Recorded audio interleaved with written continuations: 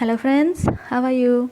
Welcome on YouTube channel Way to JRF, and I am Akanksha Singh. I am pursuing my PhD from Vasantrao Naik Marathwada Agriculture University, and I had qualified both NET and SRF.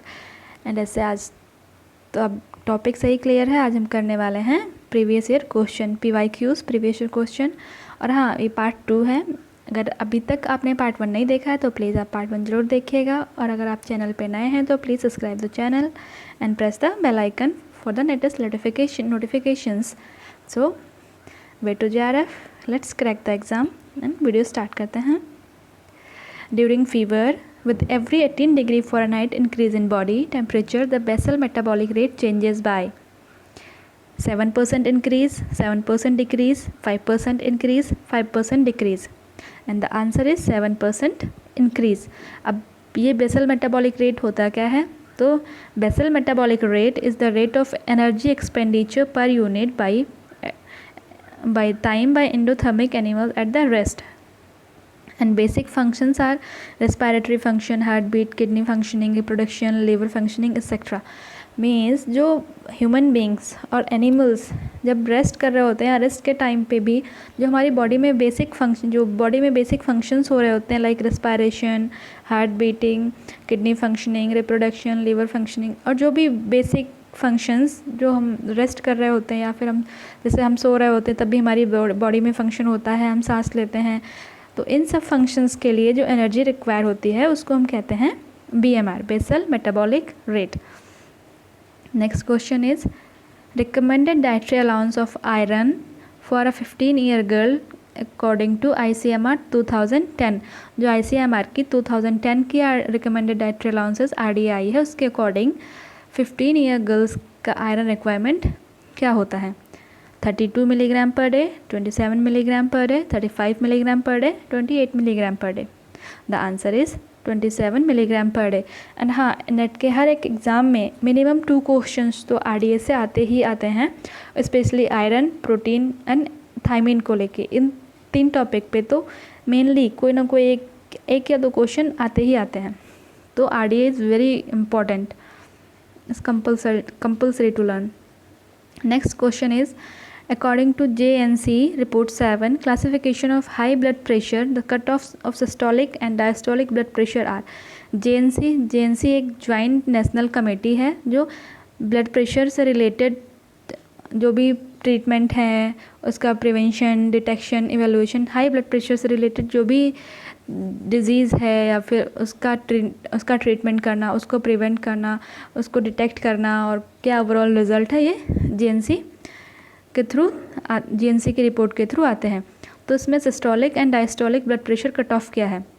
तो systolic is more than 120, diastolic is less than more than 80, systolic is less than 40, diastolic is less than 80, systolic blood pressure is less than 20, diastolic is less than 90, systolic blood pressure is less than 120 and diastolic blood pressure is less than 80, and the answer is systolic blood pressure is less than 120 and diastolic blood pressure is less than 80. The next is 1.9 scale in a managerial grid indicate seeking acceptance and approval, making contribution that makes a difference, being popular and in, desire to hang on. The answer is seeking acceptance and approval। ये 1.9 managerial skill एक leadership style model है। Leadership style model 1964 में आया था, इसको develop किया था Robert R Blake and Jane Mouton ने। तो ये स्पेशली है क्या? इसमें एक्स एंड वाई एक्सिस, इस Y axis and this is the X axis, इसमें production concern and concern for people, क्या प्रोडक्शन करना है और कौन से लोग इससे रिलेटेड हैं, इसके बारे में बताता है। और इसमें कुछ ऑब्जेक्टिव्स दे रखे हैं, ये इसके ऑब्जेक्टिव्स हैं। तो 1.9 पे, ये 1.9 का पूछा गया था, तो 1.9 पे क्या है? तो 1.9 पे आता है सीकिंग एक्सेप्टेंस एंड अप्रूवल, ये इसका आंसर हो जाएगा। The next is the capacity of individual to think rationally and solve problem is a part. Think rationally means mental activity, और मेंटल एक्टिविटी किस में आता है आपको बताना है। Fine motor activity, language development, cognitive development, good management skill.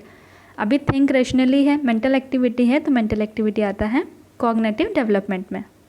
इसका answer हो जाएगा cognitive development. The next is a resilient child is one who gives up easily on task of endurance, lack emotional stability, suffer from various health problems, bounce back from circumstances and would harm most others।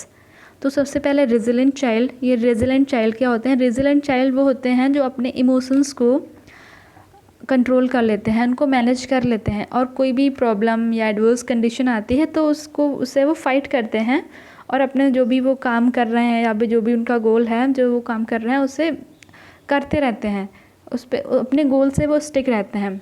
जैसे अभी गोल है कि net या JRF qualify करना है, तो फिर कितनी भी एडवर्स कंडीशन आए या फिर कितनी भी प्रॉब्लम्स आए, एक गोल से स्टिक रहना है। इसको कहते हैं रेजिलेंट, मीन्स अपने काम के लिए ज़िद्दी होना। That is like resilient child.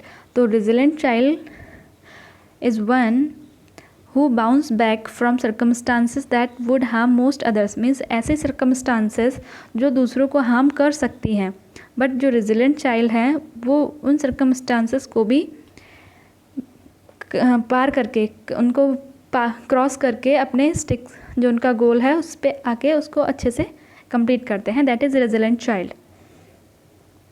Which one of the following is not a embroidery stitch? Dabka, Menthi, Fanda and Murri. The answer is Dabka. Menthi is the example of Kantha. Fanda and Murri is the example of Chikankari. The anti-nutritional factor present in food of plant origin. Phytochemicals, trypsin inhibitor, tannin, antioxidant and phytate. अभी यहाँ पे हमको use करना है elimination method. तो antioxidant is the nutritional factor. तो हमें पता करना है एंटी न्यूट्रिशनल फैक्टर। तो एंटीऑक्सीडेंट इज़ न्यूट्रिशनल फैक्टर, तो हम ऑप्शंस में कोड्स में देखेंगे जिसमें 4 ऑप्शन नहीं होगा, वो ऑप्शंस हमारे आंसर के लिए वैलिड होंगे। जैसे इसमें भी 4 है तो ये भी क्रॉस, इसमें भी 4 है तो ये भी क्रॉस, इसमें भी 4 है ये भी क्रॉस, क्योंकि एंटीऑक्सीडेंट हमारे लिए ह्यूमन बींग्स के लिए बेनिफिशियल होता है, तो ये एंटी न्यूट्रिशनल हो ही नहीं सकता। अभी बचा है दिस ऑप्शन, तो दिस इज़ द आंसर।